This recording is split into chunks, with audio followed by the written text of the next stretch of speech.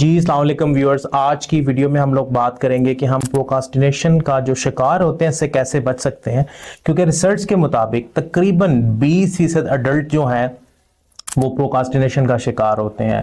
वो बहुत से कामों का इरादा करते हैं लेकिन उन्हें पूरा नहीं कर पाते।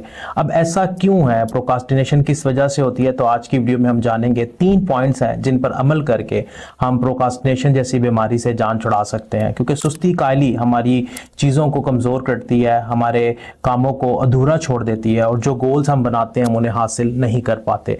तो सबसे पहला काम जो आपने प्रोक्रास्टिनेशन से बचने के लिए करना है वो ये है कि आपने अपने प्रोक्रास्टिनेशन की वजह तलाश करनी है, क्योंकि पर्सनैलिटी जर्नल की स्टडी के मुताबिक जो प्रोक्रास्टिनेशन की रीज़न है वो हमारे जज्बात, इमोशंस हैं।